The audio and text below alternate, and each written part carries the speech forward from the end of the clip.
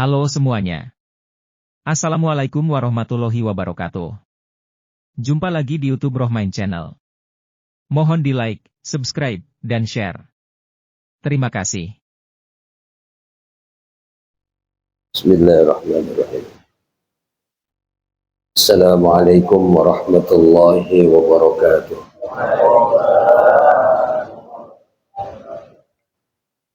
Assalamualaikum warahmatullahi wabarakatuh.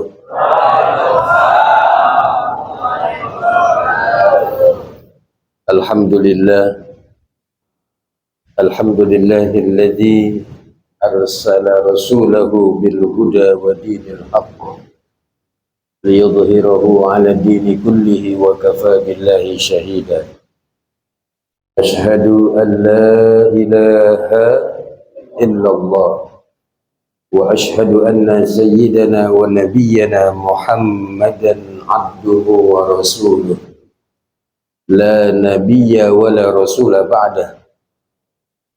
Allahumma salli wa sallim wa barik wa karrim wa majid wa 'azzim ala sayyidina wa habibina wa syafi'ina wa maulana Muhammadin khataman nabiyyin wa imamil muttaqin wa ala alihi wa sahbihi ajma'in. Amma ba'du, qalu subhanaka la ilma lana illa ma 'allamtana innaka antal alimul hakim. Rabbi shrah li sadri. Amin, Pak. Pak. Amin, Pak. Rabbi shrah li sadri wa yassir li amri wahlul 'uqdatam min lisani yafqahu qawli. Bareng-bareng semuanya. Allahumma antas salam wa ilaika ya'udus salam fahayyina rabbana bis salam wa adkhilnal jannata darus salam ya dzal jalali wal ikram amin ya rabbal. Mohon maaf lahir batin, saya tidak sebutkan namanya satu demi satu, namun insya Allah sedikit pun tidak mengurangi hormat, ta'zim dan mahabbah saya. Puji syukur kehadirat Allah pada pagi hari ini atas izin Allah kita sama-sama dapat bermuwajahah dalam rangka pengajian kuliah subuh rutin gabungan Kecamatan Limo Cinere. Mudah-mudahan yang kita lakukan ini menjadi satu catatan amalan ibadah di hadapan Allah Subhanahu wa ta'ala. Salawat teriring salam semoga senantiasa tercurah limpahkan keharibaan junjungan alam baginda Nabi besar Muhammad sallallahu alaihi wa alihi wa sahbihi wasallam yang telah membawa umatnya dari zaman kemusyrikan hingga menuju tauhid kepada Allah. Dan semoga dengan kita memperbanyak membaca salawat kepada Rasulullah, tentu bukan hanya sekedar kita membaca akan salawat itu saja, akan tetapi kita iringi juga dengan menjalankan semua syariat, ajaran yang sudah dibawa oleh baginda Rasul. Insya Allah di yaumil qiyamah nanti kita semua akan mendapatkan syafaatul uzma'nya, pertolongan yang begitu besar dari junjungan baginda Nabi kita Muhammad sallallahu alaihi wasallam. Amin ya rabbal. Semoga Allah yang maha tahu setiap dosa-dosa yang sudah pernah kita lakukan, semoga Allah yang maha mendengar, yang maha melihat, yang maha menyaksikan setiap aib bahkan kemaksiatan yang sudah pernah diri ini lakukan, semoga Allah senantiasa mengampuni seluruh dosa-dosa dan kesalahan kita. Karena mustahil seorang hamba bisa masuk ke dalam surganya Allah tanpa ampunan dari Allah Subhanahu wa ta'ala. Maka kita berharap dan bermohon serta berdoa kepada Allah, nanti mudah-mudahan keluar dari masjid ini pulang ke rumah masing-masing, Allah sudah gugurkan semua dosa-dosa dan kesalahan kita. Amin ya rabbal. Bapak hadirin jamaah yang dirahmati dan dimuliakan Allah, saat ini kita sudah berada di penghujung bulan Muharram. Sekarang tanggal 29 Muharram. Sekedar mengulang kaji yang banyak terjadi peristiwa di bulan Muharram ini. Kalau kita di bulan Ramadan, kita mengulang kajinya di akhir Ramadan. Maka amalan-amalan, fadilah dan keutamaan di bulan suci Ramadan itu dirangkum di akhir Ramadan. Nah, kita sekarang berada di akhir bulan Muharram. 4 bulan yang dimuliakan Allah Subhanahu wa taala. Di antaranya adalah bulan Muharram. Karena memang di bulan Muharram ini banyak peristiwa-peristiwa besar yang terjadi. Bahkan ditulis dengan tinta emas di dalam kitab sejarah kebudayaan Islam. Bahkan ada beberapa peristiwa besar yang diabadikan di dalam Al-Quranul Karim. Di antara peristiwa-peristiwa yang terjadi di bulan Muharram ini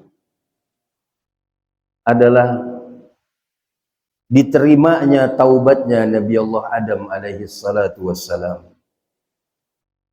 Nabi Adam dikeluarkan dari dalam surganya Allah. Pertanyaannya, kenapa Nabi Adam dikeluarkan dari dalam surga? Karena Nabi Adam melanggar aturan yang sudah Allah buat.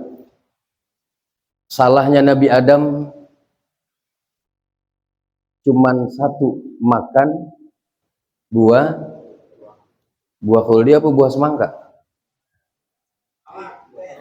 Duren. Tuh yang ngomong duren di depan pasti lagi ngopi, saya tahu banget itu. Emang paling enak dengerin ceramah subuh sambil ngopi ngerokok di luar, emang enak. Iya. Saya tahu. Ada yang udah ngirimin foto ke saya soalnya dia. Tenang Pak, saya juga ngerokok tapi ntar. Rokok saya Jarum Super Pak. Biar DKM dengar gitu maksudnya. Nabi Adam salahnya satu, makan buah khuldi gitu. Dikeluarkan dari dalam surganya Allah. Kata Allah, wahai Adam, silahkan engkau nikmati semua fasilitas-fasilitas yang ada di dalam surgaku, kata Allah. Nikmati. Di surga apa aja ada Pak? Apa aja ada. Ini juga katanya, saya belum pernah ke sono sih. Tapi satu, jangan kau dekati pohon itu, kata Allah. Dideketin aja nggak boleh, apalagi dimakan. Sama kayak la taqrabuz zina, jangan dekati, dideketin aja nggak boleh lah, apalagi berdeketin aja nggak boleh. Sama begitu. Nabi Adam diperintahkan oleh Allah untuk menjauhi pohon khuldi itu. Ini runtutannya panjang nih. Begitu Nabi Adam dapat perintah begitu dari Allah, ya, iblis nggak tinggal diem Pak. Iblis ini sama Nabi Adam memang gemes Pak. Karena dulu waktu sebelum Adam diciptakan, iblis nggak ada saingannya. Bahkan di dalam beberapa keterangan riwayat para ulama, iblis dulunya adalah panglima besar para malaikat Pak. Cuman iblis diciptakan dari api, hawanya panas dia. Sama Nabi Adam gemes dia, iblis. Kenapa gemes? Karena ketika Allah Subhanahu wa taala menciptakan Nabi Allah Adam alaihi salam, Allah perintahkan kepada para malaikat-malaikatnya Allah yang ada di surga, semua penghuni-penghuni surga pada waktu itu, untuk sujud kepada Nabi Allah Adam alaihissalam. Wa idh qulna lil malaikati isjudu li Adam fasajadu illa, di dalam surah Al-Baqarah. Ingatlah ketika Allah berfirman, Allah perintahkan kepada malaikat, usjudu li Adam fasajadu, sujudlah kalian kepada Adam. Sujud dalam pengertian di sini bukan sujud ibadah, Pak, tetapi menghormati, memuliakan semua para malaikat-malaikatnya Allah yang ada di surga, turut perintah Allah memuliakan Nabi Allah Adam alaihissalam karena perintah Allah. Illa iblis, kecuali iblis. Iblis nggak mau, Pak. Padahal itu perintah. Pertanyaannya, kenapa iblis nggak mau sujud kepada Adam? Kenapa iblis nggak mau ikut menuruti perintah Allah untuk memuliakan Nabi Allah Adam? Kenapa? Yang pertama, karena di dalam diri iblis ada kesombongan, Pak. Aba wastakbara wa kana minal kafirin. Ketika iblis menolak perintah Allah, lalu kemudian dia sombong, Pak. Kata iblis, aku diciptakan dari api, tapi Adam dari tanah liat. Aku lebih dulu, kata Nabi Adam. Kalau bahasa kita, lebih senior. Lebih? Ada senior, ada junior. Tuh. Iblis merasa lebih senior daripada Nabi Adam.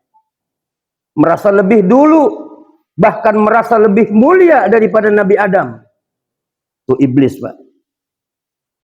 Makanya kalau ada orang yang merasa diri paling mulia, itu pengikut, yang ngomong Bapak bukan saya ya. Ada nggak orang merasa diri mulia? Ada nggak orang yang sombong? Kalau udah sombongnya timbul, Pak. Tapi saya melihat orang-orang yang di dalam hatinya ada kesombongan, itu pada dasarnya mereka lagi ditemplokin iblis, Pak. Pada dasarnya manusia tuh hatinya baik semua. Manusia tuh fitrahnya bagus, bersih manusia tuh. Kenapa? Karena ketika di surga, Allah Subhanahu wa ta'ala perintahkan kepada iblis untuk keluar dari dalam surga. Karena nggak mau turut perintah Allah, iblis ngomong sama Allah, ya Rabb, izinkan aku untuk menggoda anak cucu keturunan Adam ila yaumil kiamah, sampai hari kiamat. Tuh sejarahnya nih, Pak. Iblis bakal nggodain anak cucu keturunan Adam sampai hari kiamat.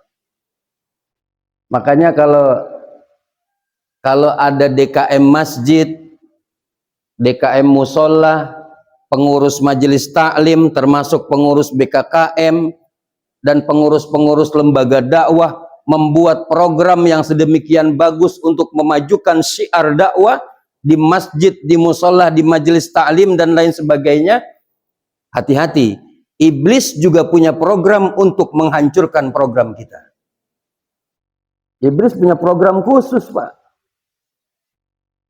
Siapa yang pertama kali diganggu oleh iblis? Nabi Allah Adam alaihissalam. Adam nggak mempan, Pak. Digoda lewat bininya. Siapa? Siti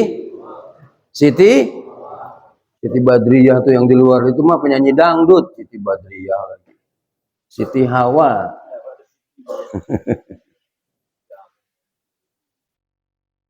Kenapa Allah larang, Bang? Abang deketin pohon itu, kayaknya enak, Bang. Adam tergoda. Namanya orang udah cinta sama pasangan, bisa menghalalkan segala cara, Pak. Benar. Kalau udah cinta apa baik dibela-belain, betul apa enggak? Tuh kalau mau perempuan, zaman kita dulu masih berdemenan kan begitu Pak. Bener nggak? Jangan kata hujan geledek, lautan ku seberangi, bol. Ya Allah. Singkat cerita, Adam mengikuti perintah istrinya yang dibisikin lewat iblis laknatullah alaih. Dimakan pun. Kata Allah, Adam, kau keluar dari dalam surga. Adam keluar Pak dari dalam surga. Padahal tadinya udah di dalam, keluar. Salahnya Nabi Adam berapa? Satu. Apa salahnya Nabi Adam? Cuman makan buah khuldi doang, dikeluarin dari dalam surga. Salah Nabi Adam cuman satu, dikeluarin sama Allah dari dalam surga. Salah kita berapa Pak? Kalau orang grogol bilang bejibun. Banyak nggak dosa kita? Banyak nggak dosa kita? Yo Allah, kalau kita mau urut Pak dosa kita udah nggak cukup buku penuh sama dosa kita semua. Untung Allah Maha Pengampun. Amin. Dosa Nabi Adam cuma satu. Nabi Adam istighfar mohon ampun kepada Allah. Rabbana zalamna anfusana wa illam taghfir lana wa tarhamna lanakunanna minal. Ada yang menyebut Nabi Adam istighfar baca doa ini selama 40 tahun. Banyak riwayat yang mengatakan. Ada yang menyebutkan Nabi Adam istighfar mohon ampun kepada Allah selama 300 tahun. Lama amat ya. Emang umur Nabi Adam berapa sih? Tapi yang jelas Nabi Adam beristighfar kepada Allah puluhan tahun. Lama. Minta ampun kepada Allah. Padahal salahnya cuma satu. Sampai malaikat pengang kupingnya Pak dengan istighfarnya Nabi Adam. Setiap waktu bahkan setiap hembusan nafas Nabi Allah Adam beristighfar mohon ampun kepada Allah. Rabbana zalamna anfusana wa illam taghfir lana wa tarhamna lanakunanna minal khasirin. Allah kabulkan, Allah maafkan dosa Nabi Allah Adam. Itu terjadi di bulan Muharram. Ada yang mengatakan di 10 hari bulan Muharram, Yaumu Asyura namanya. Kalau tanggal 10 Muharram tuh lebaran anak yatim ya. Ini kan anak yatim banyak di sini nih.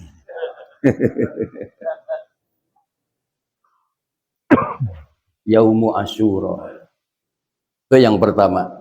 Nabi Adam diampunin dosanya oleh Allah pada bulan Muharram. Yang kedua,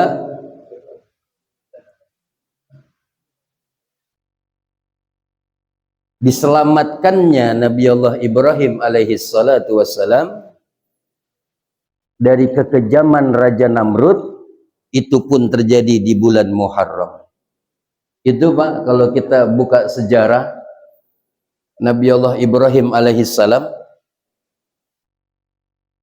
Raja Namrud gedeg sama Nabi Ibrahim lantaran bininya diminta kagak dikasih Pak. Bininya Nabi Ibrahim cakep. Makanya yang punya bini cakep hati-hati. Ada aja yang usil. Nah, Raja Namrud gede kepada Nabi Ibrahim. Udah gitu beda keyakinan. Punya Tuhan selain daripada Tuhan yang diyakini oleh Raja Namrud. Ditumpuk kayu bakar yang tinggi Pak. Diperintahkan kepada bala tentaranya untuk menumpuk kayu bakar yang tinggi. Nabi Ibrahim ditangkap, dijebloskan ke dalam kobaran api yang begitu berkobar-kobar. Kul ya naru kuni bardan wa salaman ala Ibrahim. Ketika Nabi Ibrahim dijebloskan ke dalam kobaran api yang begitu dahsyat, Allah perintahkan kepada api untuk dingin. Itu Pak, satu helai rambut pun tidak tersentuh oleh api. Allahu Akbar. Kalau Allah punya mau bisa apa enggak? Innama amruhu idza arada syai'an ayyaqula lahu kun. Enggak ada yang mustahil bagi Allah. Kalau Allah sudah punya keinginan, ini jamaah BKKM Limo Cinere semuanya berangkat umroh bareng. Bisa apa enggak kalau Allah bikin begitu?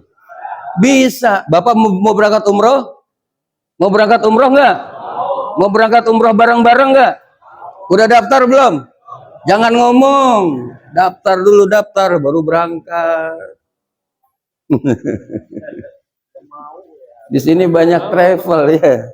Ada Ustadz Nisin, ada travelnya, Kiai Abdurrahman ada travelnya, guru kita Kiai Nur Hamim ada travelnya, banyak.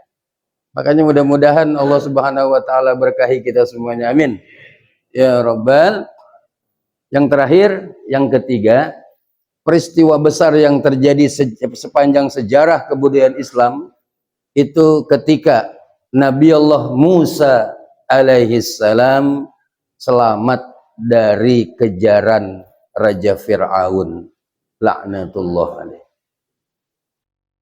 Itu Pak, waktu Nabi Musa dikejar oleh Fir'aun dan bala tentaranya, kabur, lari Pak, mentok ketemu lautan Pak, nggak bisa lari lagi, udah depan udah lautan, di belakang bala tentara Fir'aun. Mau kemana? Allah perintahkan kepada Nabi Allah Musa, pukulkan tongkatmu ke lautan, kata Allah. Dipukul Pak tongkat sama Nabi Musa ke lautan. Dengan izin Allah terbelah lautan Pak. Allahu Akbar. Itu digambarkan lewat film The Ten Commandments.